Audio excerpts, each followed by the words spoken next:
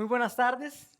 Hoy estamos en el cierre con la cuarta charla de esta serie que hemos llamado La persona en el espejo. Y si me pudieran o si me permitieran resumir, para mí la idea principal de lo que hemos estado aprendiendo en estos días sería que hemos aprendido a no ser como decimos en Costa Rica, un carebarro. No poner en práctica lo que vendría siendo la carebarres. Entonces, vamos a ver, si alguno no es tico o tiene poco estar en Costa Rica, le explico. Un carebarro, dícese de la persona que no se hace responsable de sus cosas, que dice una cosa y hace otra, o que se compromete con alguna cuestión, da su palabra y luego no cumple, y luego evade la responsabilidad, pone excusas, o lo responsabiliza a usted de lo que le tocaba a él. Vamos a ver, ¿quiénes tienen un carebarro en su vida? Híjole, pero no le haga así al de la par, ¿verdad? En la familia, en algún lado. Hay carebarro siempre en la vida, es parte de los ticos. No seríamos ticos si no tenemos un amigo carebarro, ¿verdad? Entonces, yo me acuerdo cuando uno está jovencillo que tal vez que está estudiando en el cole o la U y normalmente no anda mucha plata, entonces sale uno a comer después de la iglesia, de Inside Out, digamos, o de la universidad, y va uno como a McDonald's y a Taco Bell y busca algo baratico, los pequeños precios. Y me acuerdo que tenía este amigo que todos compraban, él no compraba nada, no gastaba un 5. Y una vez que llegaban todos con los combos, agarraba las papas de todos, las ponía en una bandeja y decía, ahora sí, compartamos. Entonces, siempre se comían las papas de los demás. O está esta, la vieja confiable. Uy, más, se me dio la billetera, usted no me salva. Sí, sí, tranquilo, me extraña, no, usted sabe que aquí cuenta conmigo para las que sean. Ay, qué tuanis. La siguiente semana, uy, no me va a creer otra vez la billetera. No, ma, pero no crea que me lo estoy haciendo loco, yo esa plata se la voy a pagar, usted sabe cómo es. No, no, tranquilo, no lo estoy cobrando. Un mes después, uy, mae, si no cree que me pueda salvar, no es que se me quedó la plata, la billetera. Y ahí se va, ahí se va, y ese es la definición del carebarro en Costa Rica. Así que hemos aprendido a no serlo. No ser un carebarro, lo contrario sería ser una persona responsable que se hace cargo de su propia vida, de sus cosas y que no anda depositando en los demás la responsabilidad de su vida. Ahora, no quiero ser mala gente tampoco, ¿verdad? Porque probablemente usted y yo en algún día, en momento o algunas veces hemos sido ese carebarro y eso no nos convierte en malas personas. De hecho, yo creo que el hecho de no responsabilizarnos de algunas cosas no siempre es por pura intención o porque realmente no me importa. Tal vez es fruto del modelaje que tuve, aunque vi cosas tal vez en mi familia que no quería repetir y he tratado de no repetir, a veces inconscientemente me ocurre. O en otros casos hay personas que no dejan de asumir responsabilidad, no por pura negligencia, sino porque tal vez están pasando un proceso en su vida difícil. Entonces, claro, una persona, por ejemplo, que está experimentando mucha ansiedad, o una persona que está en un alto grado de depresión, no es que no quiera hacerse responsable, no es que no quiera asumir, es que a veces uno siente que no tiene fuerzas, que no tiene de dónde agarrar para hacerlo. Entonces, aclaro que nos puede pasar a usted y a mí que en algún momento hayamos sido medio carebaros, que en algún momento no nos hayamos hecho responsables de la mejor manera de lo que nos toca, pero aún así, a pesar de que hay factores externos que a veces nos dificultan tener mejor actitud, mayor responsabilidad, a pesar de que hay factores internos como los emocionales que acabo de mencionar, lo que hemos aprendido en esta serie es que la manera de tener éxito en la vida, la manera de ser felices, y ojo, que felicidad no es estar siempre alegres, eso no existe, ¿verdad? La tristeza, el enojo son emociones naturales y las vamos a experimentar.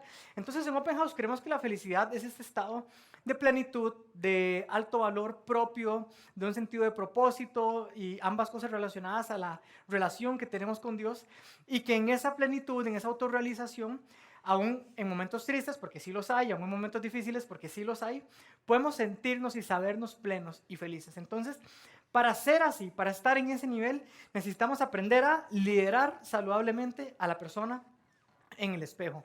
Entonces es lo que hemos aprendido durante esas semanas, a liderar saludablemente a la persona en el espejo y no solamente eso, ¿verdad? Porque la idea de liderarnos es gestionar bien mi vida, mi cuerpo, mis emociones, mis pensamientos, mis relaciones, mi familia, lo que tengo, lo que hago y eso me lleva a una conclusión o a una puesta en práctica que es, así un consejo, deje de culpar a otros y hágase responsable. Así que lo vamos a poner aquí en el slide. Deje de culpar a otros y hágase responsable de su vida porque así es como usted se lidera de una manera correcta. Sin embargo, Julio nos explicaba hace una semana algo muy importante que no podemos pasar por alto y es una realidad que las injusticias en la vida muchas veces se vuelven en una excusa para no ser responsables. Entonces yo digo, no, es que yo no soy infiel porque soy mala gente, es que vieras que, ya pensándolo bien, en mi familia, mis papás, bueno, mi papá, mis tíos, hermanos, primos, todo el mundo es infiel, entonces como que yo creo que viene en la sangre eso, no es que yo sea mala gente. Y no es justo porque yo no tuve un buen modelaje. O de pronto usted piensa, yo no evado impuestos, o por lo menos nunca fui a evadir impuestos, pero es que este tema del IVA, este gobierno, el pacto, uy, no, qué terrible. Entonces, no es culpa mía, pero yo tengo que ver cómo me la juego porque no es justo. Y ante esta idea de no es justo, tenemos que asumir nosotros como adultos lo que a veces le decimos a los chicos, a sus hijos, sí, mi amor, no es justo porque la vida no es justa. Y en efecto, mientras más temprano entendamos y asumamos con responsabilidad que la vida no es justa, vamos a poder responder de una mejor manera. Entonces, mediante una historia muy bonita, un cuento que nos contó Julio, y si usted no quiere, perdón, si no pudo venir, escúchelo en YouTube, en las redes sociales, están las charlas anteriores, y él nos contaba de un cuento que Jesús en algún momento utilizó, que nos llevaba a 3 conclusiones, y una es que todos recibimos una cantidad desigual de oportunidades. Es real, seguir reclamándole a la vida, a Dios, al universo, a Pachamama, a quien usted le reclame, es vara. Al final, es la realidad, tenemos oportunidades diferentes. Yo, por ejemplo, trabajo mucho con adolescentes y me encanta, me caen bien, son un vacilón, cada vez están más locos. Entonces, pero cuando yo veo a un adolescente que está tratando de pasar bachillerato, que tiene la oportunidad de estudiar en uno de los mejores colegios del país, que tiene todo lo que necesita a nivel material, que si es necesario le pueden pagar tutorías extra, que tiene todo a la mano para salir bien en bachi, y a la vez trabajo con muchachos que tal vez no tienen a veces ni los pases para llegar al colegio público en el que estudian. Literalmente por pases han faltado a clases. Muchachos que el profesor de matemáticas dejó de ir durante 3 meses al colegio, no repusieron las clases, no hubo un sustituto, y luego así van para bachillerato, jamás pensar en pagar una tutoría porque a veces no tienen ni para comprarse una empanada en el colegio. Entonces, cuando yo tengo ambos adolescentes al frente mío, digo, la vida es injusta, la vida es dura y hay oportunidades desiguales, y no vamos a... O sea, ojalá que usted y yo hagamos algo al respecto y que aportemos y ayudemos, pero al final de cuentas ese va a seguir siendo el mundo y no se puede evitar. Así que todos recibimos una cantidad desigual de oportunidades, pero todos decidimos cómo respondemos. Y en esto se enfatizaba la charla de Julio hace una semana. Es su responsabilidad cómo responde. Hay gente que teniendo todo en la mano tomó pésimas decisiones y está muy mal. Y hay personas que con muy pocas probabilidades lograron cosas increíbles y marcaron la historia de la humanidad. Entonces depende más de la respuesta que de las cosas que me tocaron en la vida. Y también, por último, nos decía que todos daremos cuenta de lo que hacemos. Entonces vamos a rendir cuenta de alguna forma en su casa, con sus hijos, el modelaje que usted les dio, va a ver como una factura que la vida le va a pasar. Y nosotros los que seguimos a Jesús creemos que nuestra vida no son solo los años que estemos aquí en la tierra, sino que después de esto, de hecho hay algo mejor y hay algo eterno donde vamos a tener una relación con Dios permanente y perfecta y sin sufrimiento y sin dolor.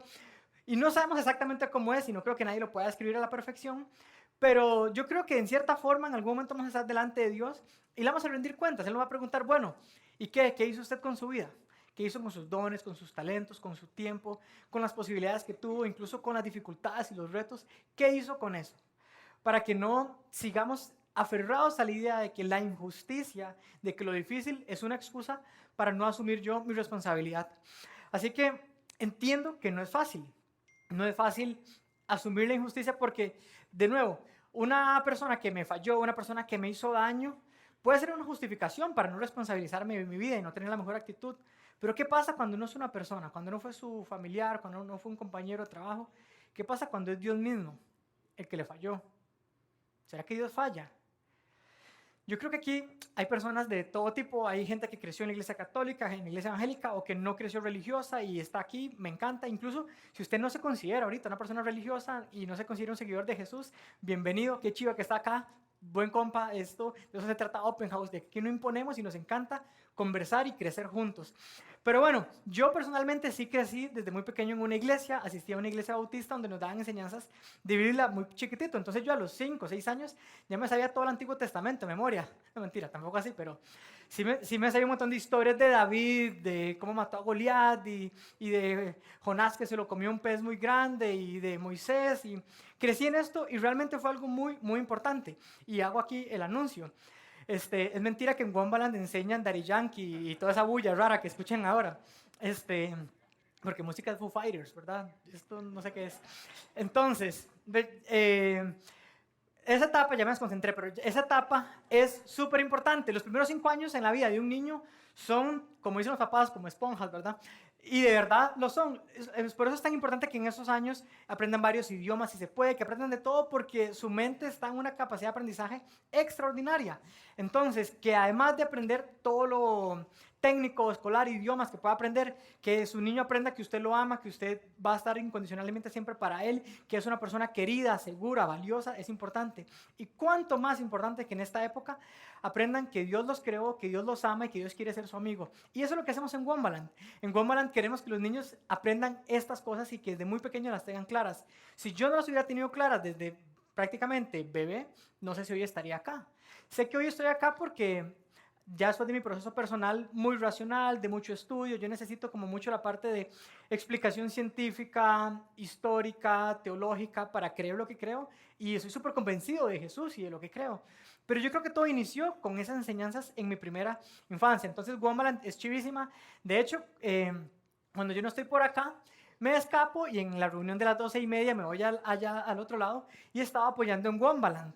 Entonces cuido a los bebés de ustedes, les enseño de Dios, les enseño que Dios los ama, que tiene un plan para ellos.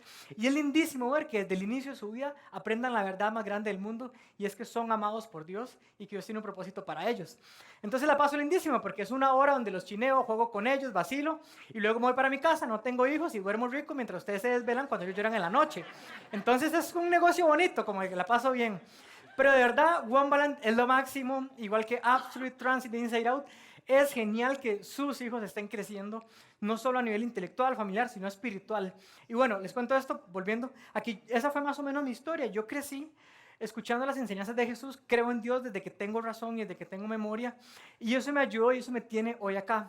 Ahora, aunque crecí en esta iglesia, recuerdo que en la adolescencia yo me cambié, me empecé a asistir a otra iglesia porque me gustó mucho, ya yo era joven, me gustaba la música, entonces fue una iglesia que así como acá en Open House, había una banda, había músicos, había como una producción ahí chiva, entonces yo me emocioné, me encantó y me metí y estaba tocando en la banda, estaba como en una etapa muy bonita porque ya no estaba yendo a la iglesia porque mis papás me llevaban, sino que ya iba como queremos que ocurra en los adolescentes, por una fe propia, por una convicción mía, y lo disfrutaba un montón, estaba metido de lleno, hasta que hubo un momento crítico, una tensión muy grande que me complicó en cierta forma mi caminar o mi crecimiento espiritual, porque en medio del contexto en el que yo estaba súper metido, yendo a la iglesia, sirviendo, tratando de seguir las enseñanzas de Jesús, de ser un adolescente, pandereta, bueno, que cumple con toda la regla, al final me decepcioné cuando Dios no cumplió todo lo que yo quería, como yo quería, según me han enseñado. Se supone que si yo cumplo, voy, oro, le pido a Dios con fe lo que yo quiero, Él me lo va a dar. Y además, sobre todo, sí, agrego a eso una donación extra. Entonces ahora vamos a pasar un tarro de donaciones, no mentira, no se asustaron, no. Aquí no vamos a hacer eso, pero entonces cuando yo estaba adolescente, como que había una serie de enseñanzas ahí un poco extrañas, donde usted no solo da su donación, sino que usted con una donación especial económica podría hasta generar una respuesta de Dios sobrenatural, algo así como que usted da una ofrenda y le dan un milagro. Eso teológicamente no voy a entrar en profundidad, es una mala interpretación, es un problema ahí, una enseñanza rara, pero yo me la creía adolescente, entonces yo tenía peticiones especiales durante esta etapa, oraba a Dios con todo mi corazón, daba la ofrenda y Dios no me respondía y ahí empezó la decepción y ahí empezó la crisis. Entonces, ¿cómo es el negocio? ¿Vale la pena o no vale la pena? Daredevil responde, ¿será que ahora que sigo a Jesús todo tiene que salir bien y la vida es bonita y todo es color de rosas o no? ¿Cómo es el asunto? Me tuve que dar cuenta que no es así. No es que yo oro, pido y Dios me va a cumplir todo lo que yo quiero.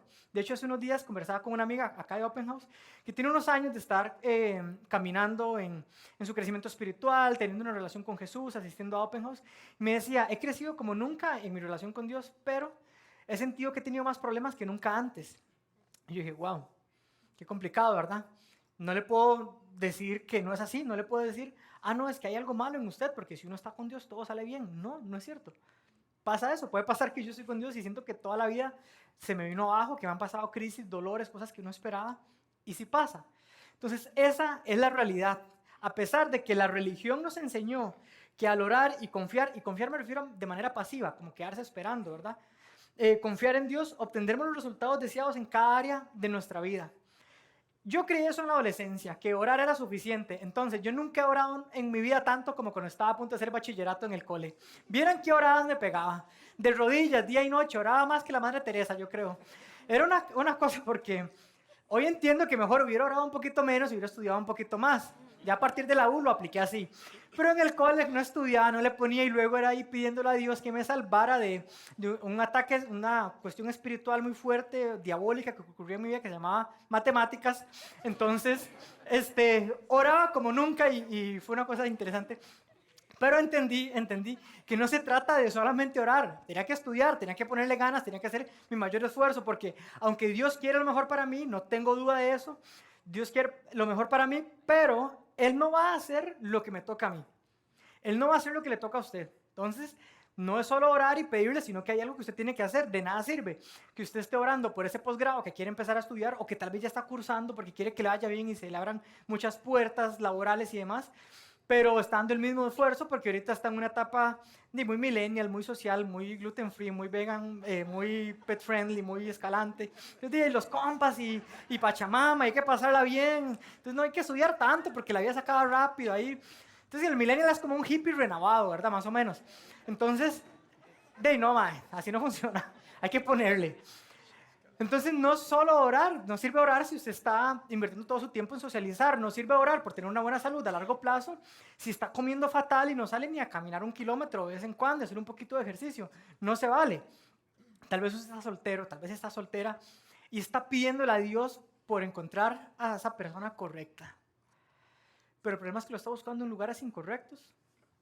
Y no quiero jugar de santolón ni muy pandereta porque no soy así, no es lo que queremos enseñar acá. Pero siendo realistas, si yo voy a un lugar donde todo el mundo lo que llega es a emborracharse hasta quedarse desmayado y buscar cualquier persona que le dé pelota para acostarse con ellos en la noche que lo conoció sin saber quién es poco probable que ese sea el lugar donde usted va a encontrar a esa persona correcta. Tal vez usted está casado, tal vez usted dice, Dios, estoy orando, estoy pidiendo para que yo pueda tener una mejor relación con mi esposa porque nos hemos distanciado un poco, pero llega todos los días tarde, pero no se ven, no se comunican, cuando están juntos no hablan de nada, ella le empieza a contar de su vida, usted no quiere escuchar y no está haciendo nada por invertir tiempo juntos. Por más que ore, no va a funcionar ese asunto. Tal vez usted está orando por un tema más financiero para que Dios le quite el estrés de tanta deuda y tanta presión, pero sigue usando tarjetas como loco, sigue comprando de todo, sigue gastando más de lo que se gana, sigue incluso utilizando el dinero o las compras, porque ni siquiera el dinero que tengo, sino el crédito, para ganarme a la gente. Invito a la gente por quedar bien, porque ya estoy tan materialista en mi cosmovisión de mundo, que esa es la manera de ganarme a la gente, invitándolos y sigo tarjeteando. O la manera de ser aceptado es comprándome cosas y simulando cosas y dando una imagen y paso y sigo tarjeteando. Entonces, por más que ore, lo siento, pero no va a estar usted con libertad financiera pronto, ni mucho menos. Tal vez usted está orando, tiene hijos y está pidiéndole, Dios, yo de corazón, lo que más me importa en esta vida son mis hijos. Yo quiero que crezcan responsables, saludables, que sean buenos muchachos. Excelente, esa oración hágala siempre. Además, yo estoy aquí porque mis papás siempre oraron por mí. Pero bueno, sigo orando por ellos, pero no solo eso. De nada sirve orar y orar y orar si usted no les dedica tiempo, si no habla con ellos, si no tiene una relación profunda con sus chicos y sus chicas. De nada sirve orar si no hago mi parte, si no tomo acción sobre lo que a mí me toca, porque en realidad hay tiempo para orar, pero hay tiempo para levantarse y tomar acción. Volvemos a la frase que hemos dicho durante 4 semanas, hágase responsable. Yo le hago la pregunta, o pregúntese usted mismo, ¿estoy responsabilizándome de mi vida? ¿Estoy haciendo lo que a mí me toca? ¿O me quedé solo en la oración y en la fe de que como yo soy muy bueno me va a ayudar? En algún momento, Pablo, que fue uno de los escritores principales de las cartas del Nuevo Testamento, quien más súper inteligente, súper preparado, con una revelación súper especial de Dios para entender nosotros cómo es que se vive según los principios del reino de Dios, una vez escribió esta frase que se ha hecho muy famosa, oren sin cesar. Entonces, qué bueno, es como para mandarlo en un versículo así, ¿verdad? A la tía, con piolín, oren sin cesar, ahí por WhatsApp. Pero, aunque eso es un principio importante y no es que puedo pasar todo el día orando, ¿verdad? Pero tener una comunicación constante con Dios a nivel interior, genial. Pero la idea aislada puede ser un poco peligrosa, porque entonces yo puedo terminar concluyendo, o incluso algunos maestros de Biblia pueden terminar enseñando que con solo orar, que con solo pedir a Dios y tener fe, las cosas le van a llegar a usted como por, ¿verdad? Como por un milagro, le van a caer las cosas del cielo y no es así. Entonces, para poner un ejemplo y entender que nunca se debe, es un principio bíblico, agarrar un verso o un texto sin el contexto en el cual está escrito y sacar una conclusión, sino que hay que leer todo para entender. Voy a hacer súper rápido una lectura de lo que Pablo dijo previo y después a esta pequeña oración. Él dijo, Hermanos, les pedimos que sean considerados, ojo, una acción, sean considerados como los que trabajan arduamente entre ustedes y los que guían y amonestan en el Señor. Ténganlos en alta estima, acciones, ámenlos por el trabajo que hacen, vivan en paz unos con otros. También les rogamos que amonesten a los holgazanes, o sea, confronten, ayuden a los holgazanes, o sea, a los carebarros ticos. Entonces, estimulen a los desanimados, ayuden a los débiles y sean pacientes con todos. Asegúrense que nadie pague por mal. Más bien, esfuércense siempre por hacer el bien, no solo entre ustedes, sino a todos. Sigue diciendo, estén siempre alegres, qué bonito esto, ¿verdad? Porque es como muy práctico, pero a la vez tiene que ver con nuestro ánimo. Y por eso hablamos que felicidad no es que siempre me siento feliz, pero tengo una buena actitud en medio de los problemas incluso. Entonces, estén siempre alegres y ahora sí, en medio de todo eso dice, oren sin cesar. Den gracias a Dios en toda situación, porque esta es su voluntad para ustedes en Cristo Jesús. Termina diciendo, no apaguen el espíritu, no desprecien las profecías, que las profecías tienen que ver como lo que Dios dice a la gente por medio de una persona. En este momento era un periodo donde eso ocurría y lo que escribían personas como el mismo Pablo se tomaba como algo profético, que era un mensaje de Dios para la gente. Entonces, en ese contexto, él dijo, no desprecien las profecías, sometan toda prueba, aférrense a lo bueno, eviten toda clase de mal. Entonces, cuando uno se pone a leer todo el contexto donde Pablo dijo, oren sin cesar, se da cuenta que son un montón de acciones que tienen que ver cosas que yo hago en mi relación con Dios, cosas que yo hago en mi relación con las demás personas y cosas que yo hago en mi relación conmigo mismo, en mi ánimo, en mi interior. Entonces habla de cómo trato a los demás, cómo confronto a los demás, de cómo tengo fe en Dios, pero también habla de cómo trato de tener un buen ánimo y oro. No sirve agarrar una sola y decir, si usted hace solo esta, le va a ir bien en la vida. Y es por esa razón que no es suficiente decir, solo ore, sin cesar, y todo va a salir bien. No, hay que aplicar todo esto. Entonces esa es la importancia de ver siempre el contexto y entender para efectos de esta charla que necesitamos encontrar, por lo menos buscar siempre el balance entre orar y confiar en Dios, pero también actuar y confiar en Dios. Entonces hay una confianza de que lo que yo le pido a Dios, Él lo toma en cuenta, pero hay una confianza de que cuando yo actúo conforme a Dios me dice que actúe, también voy a tener buenos resultados. Entonces yo creo que este balance que Pablo venía hablando es más o menos como aquel viejo dicho tico que dice, a Dios rogando y... Ah, qué buenos teólogos todos, están en la Biblia. En realidad eso no está en la Biblia.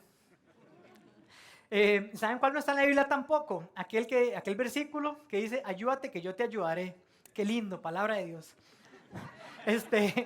Fíjense que no está en la Biblia, ni a Dios rogando, ni ayúdate que yo te ayudaré, no están. Entonces, por aquello que usted lo recetaba como una palabra de Dios, no está. Pero tampoco se sienta tan mal, no vengo a hacer aguafiestas. Aunque no está propiamente como tal escrito, sí, yo creo que es un principio que tiene que ver con enseñanzas que están en la Biblia, con historias que están en la Biblia. De hecho, el Antiguo Testamento está lleno de historias fascinantes, lindísimas. Yo quisiera contarles una de un hombre que se llamaba Moisés, pero nada más hacer un pelo de contexto. 650 años antes de la historia que vamos a hablar hoy de Moisés, hubo una persona que se llamó Abraham. Básicamente el padre de la fe de la nación judía, que era el pueblo de Dios. Tuvo un hijo que se llamó Isaac, tuvo dos hijos que se llamaban Jacob y Esaú, y Jacob luego se llamaba Israel. Tiene 12 hijos, las 12 tribus de Israel, y esa es la nación de Israel, pueblo judío. Entonces, básicamente, Abraham es como el padre no solo espiritual o de fe, incluso a nivel biológico, de la nación judía, que era el pueblo de Dios en todo el Antiguo Testamento y de donde viene Jesús. Entonces, Abraham, que fue una persona que se destacó por la fe tan grande que tenía en Dios, Dios le hizo una promesa y le dijo, su descendencia, ojo, Abraham ya era mayor de edad, estaba en su tercera edad y su esposa también, y eran estériles, y aún así Dios le dijo, le voy a dar una descendencia increíblemente grande. Y ojo ahora toda la nación judía, ¿verdad? Entonces, Dios le dijo, no solo lo voy a decir con mucha descendencia, sino con muchas riquezas y una tierra grande donde ustedes van a poder asentarse y como pueblo crecer y como nación. Qué chiva esa promesa, qué increíble que de una manera incluso extraordinaria, sobrenatural, tuvo un hijo y empieza toda esta historia y ahora sí, corremos el cassette, han pasado 650 años desde esto y la promesa no se ha cumplido. Han pasado generaciones, hombres y mujeres han nacido, han muerto sin ver la promesa cumplida y no solo eso, está en un momento crítico, terrible. El pueblo de Israel está totalmente esclavizado por la civilización egipcia, que sabemos que era una civilización muy grande, con mucho poder, sobre todo económico. Los tenían esclavizados y probablemente después de 430 años de esclavitud, la gente decía, como que aquella promesa de Dios, como que no, ¿verdad? Como que mejor confiamos en otra cosa o queremos... Imagínense el nivel de frustración de esta gente. Y entra Moisés a la historia. Yo les recomiendo de verdad que ustedes lo lean, está en Génesis, es una historia lindísima, fascinante, yo lo voy a hacer súper resumida, pero Moisés era una persona hebrea que fue criado por la hija del faraón, que era la máxima autoridad del pueblo egipcio, y tuvo toda la formación, ¿verdad?, de un nieto del faraón, pero en algún momento de la vida, por una crisis, él tiene que irse, deja la nación egipcia, tampoco está con los hebreos, se va a otro pueblo, se hace de su familia, se olvida de Egipto, se olvida un poco de su pueblo hebreo que está esclavizado, y él está en su propio right, hasta que un día Dios se le aparece, literalmente, y le dice: Moisés, yo ocupo que usted sea el líder que lleve al pueblo de Israel a liberarse de la esclavitud egipcia. ¡Wow! ¿Yo? ¿Cómo? ¿En serio? No lo podía creer. La historia es larga, costó mucho, y aquí empieza la parte ya extraordinaria de la historia. Y hago la aclaración, tal vez usted piense que es ficticia o piense que es real.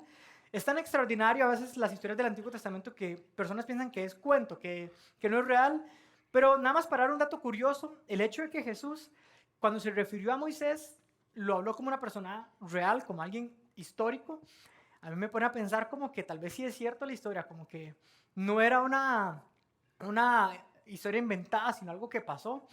Y básicamente porque lo dijo Jesús, porque Jesús, todo lo que dice él o lo que dijo yo, se lo compro. Una persona que predice su propia muerte y resurrección y lo cumple, es alguien a quien yo le creo el resto de cosas después de eso. Entonces de pronto la historia de Moisés tal vez es cierta, y resulta que para liberar a Israel de los egipcios, literalmente Dios mandó como 10 plagas, 10 cosas que golpearon fuerte a la población, hasta que el faraón dijo: no, ya no se puede, aquí no sirve estar en contra de los israelitas, no sirve estar en contra del Dios de ellos, así que mejor vamos a liberar. Y en efecto, Moisés guía a todo el pueblo a salir de Egipto, a buscar esa tierra prometida que tienen 650 años esperando, recuerden. De camino se topan con un mar que le llaman el Mar Muerto, realmente es no es un mar completo, es como una vertiente del mar Índico, pero ellos se encuentran frente a un mar porque es un montón de agua, no saben cómo van a hacer para cruzar, no saben para dónde van a agarrar, y unos días después el faraón se arrepiente y manda todo el ejército en contra de Israel para otra vez aprisionarlos, literalmente entre la espada y la pared. Entonces, en este momento de la historia, la gente de Israel se pone a reclamarle a Moisés y le dicen lo siguiente. Vean qué mal agradecidos, ¿sabes? Solo reclamar. ¿Acaso no había sepulcros en Egipto que nos sacaste de allá para morir aquí en el desierto? ¿Qué has hecho con nosotros?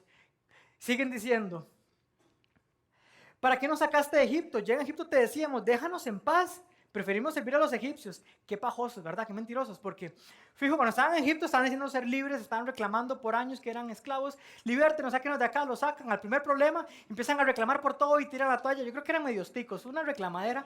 Entonces dice: mejor nos hubiera sido servir a los egipcios que morir en el desierto. Moisés era una persona reconocida por lo manso, lo sereno, lo tranquilo y controlado que era. Porque imagínese usted en esa posición, ¿verdad?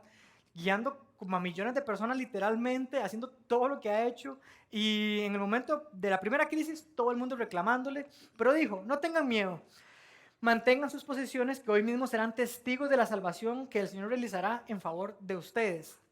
A esos egipcios que hoy ven, jamás volverán a verlos. Ustedes quédense quietos. Y esta frase es importante: quédense quietos, que el Señor presentará batalla por ustedes. Y quiero enfatizar con cuidado, buscando un balance, que este quédense quietos puede ser peligroso. Algunas veces en las enseñanzas bíblicas llegamos a concluir que si yo tengo fe en Dios, si he orado, si le he pedido a Él algo, después de eso y me quedo quieto, me quedo pasivo esperando a que la bendición caiga del cielo. Pero como que se quédense quietos, a Dios no le hizo mucha gracia, y creo que hoy tampoco le hace mucha gracia. Ojo lo que le respondió a Moisés. Pero el Señor le dijo a Moisés: ¿por qué clamas a mí? O sea, ¿cómo que quédense quietos y cómo que Dios haga usted todo? No, hay algo que les toca a ustedes. Y continuó diciendo: ordena a los israelitas que se pongan en marcha. Ordena, ahora sí, una acción, ustedes van a moverse también. Dice: y tú, hablándole a Moisés, y tú levanta tu vara. O sea, métase en la vara, más. No, mentira. La vara era un palo que tenía Moisés, que era más como una representación simbólica que utilizó Dios para hacer actos sobrenaturales y evidenciar el poder de Dios. Entonces le dice, extiende tu brazo sobre el mar y divide las aguas para que los israelitas lo crucen sobre terreno seco.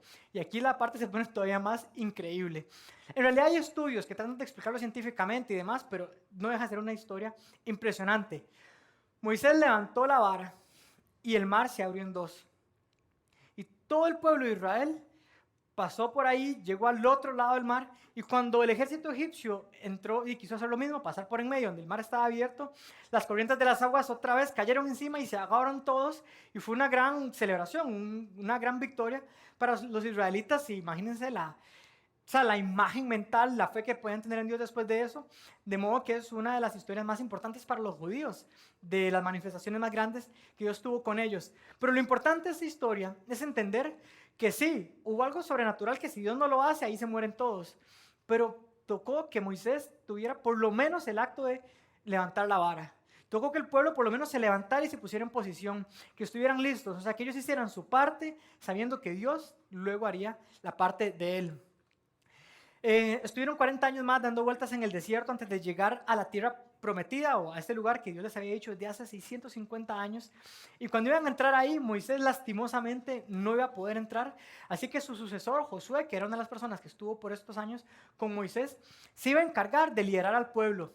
Pero probablemente en este momento de la vida, al ver todo lo que ha pasado, toda la historia, todos estos eventos sobrenaturales, increíbles, Josué dijo, híjole, qué miedo asumir este liderazgo. Yo no sé si seré tan pro como Moisés de liderar al pueblo. Y entonces Dios le dijo algo, que es lo que quiero que usted se lleve de esta charla, de esta idea. El balance que tenemos que tener en nuestra vida como seguidores de Jesús. Dios le dijo lo siguiente: sé fuerte y valiente, no tengas miedo ni te desanimes, porque el Señor tu Dios te acompañará donde quiera que vayas. O los que crecimos con la Reina Valera de 1960, esfuérzate y sé valiente, no temas ni desmayes, que el Señor tu Dios estará contigo donde quiera que vayas. Tal vez usted lo ha escuchado, pero pongamos atención. De pronto lo hemos escuchado muchas veces, pero no hemos visto el balance tan importante que hay aquí. Sé fuerte y valiente. Sé fuerte y valiente. O sea, haga su parte, esfuércese, dé su máximo potencial, dé su máximo esfuerzo en lo que haga y sea valiente. O sea, no tenga miedo, no se desanime, o sea, persista. Y sepa que habiendo hecho usted lo que a usted le toca, Dios va a estar con usted y no lo va a dejar solo y le va a ayudar. Es por eso que, aunque no está en la Biblia, yo creo que no es tan mal la idea de que a Dios rogando y con el mazo dando. Esa sabiduría popular de pronto tiene razón. Y si me permite resumirlo de alguna manera para que usted se lleve esta idea y no la olvide, es: no deje de orar. Es muy importante orar, pero ponga manos a la obra. Busque el balance entre confiar en Dios tanto al orar como al accionar y hacer la parte que a usted le toca. Entonces, de nuevo, si usted está sacando ese posgrado, no solo le pida a Dios que le ayude y que le abra puertas, destáquese de su máximo esfuerzo, tenga iniciativa, busque investigar más allá, haga más de lo que le piden y va a ver que las puertas se le van a abrir. Si usted está pidiéndole a Dios por tener salud, claro, pídale a Dios que no le pase algo malo, que lo tenga con bien a futuro, a usted, a su familia, pero coman bien, hagan ejercicios, tengan hábitos de salud que a su vez faciliten eso que usted le está pidiendo a Dios. Si está orando por la persona correcta, deje de buscar en lugares incorrectos, busque un buen lugar. No en Open House, está lleno de muchachos y muchachas jóvenes, solteros y guapos y guapas. Es un buen lugar. Ahí les puedo pasar números si ocupan. No, tampoco así. Pero, en realidad, en primer lugar, conviértase usted en la persona correcta. Si usted está buscando una persona ideal, sea usted esa persona ideal. Y en segundo lugar, busque en los lugares correctos. Tal vez no digo que va a estar solo en la iglesia, pero sí estoy diciendo, ¿con quién se está relacionando? ¿Quién es su gente cercana? Esa amiga que le dice, uy, tengo un maje como para ustedes que van a casar tanto. Es una amiga que comparte sus valores. Es gente que entiende su cosmovisión de mundo. Busque en los lugares correctos. Si usted está orando por una relación más saludable, más cercana, más amorosa con su pareja, siga orando. Pero invierta tiempo. Invierta tiempo. Aunque le encante ir al gym y hacer otras cosas, haga sus cosas, pero pase tiempo con su pareja. Aprendan a conversar, aprendan a hablar, a pedir perdón, a hablar tonteras, a hablar cosas profundas, a reírse, a tener tiempo de calidad. Si no hacen esto, por más que oren, no va a ser suficiente. siga pidiéndole a Dios que lo ayude con las finanzas, pero por favor haga un presupuesto, deje de gastar más de lo que se gana, incluso haga un presupuesto importante donde pueda refundir y empezar a pagar deudas de una manera más acelerada y sacrifíquese. Esto va a implicar que durante algunos meses o unos años de su vida va a bajar en sus gustos, en sus lujos, pero va a encontrar eventualmente esa paz que le está pidiendo a Dios, pero no la va a encontrar si solo le pide a Dios y no realmente se amarra las fuerzas y tiene control propio para dejar de gastar y empezar a salir de esas tarjetas que lo están agobiando hasta hoy. Y bueno, tal vez una de las cosas más importantes para ustedes, sus hijos. Nunca deje de orar por ellos, nunca deje de orar por sus hijos.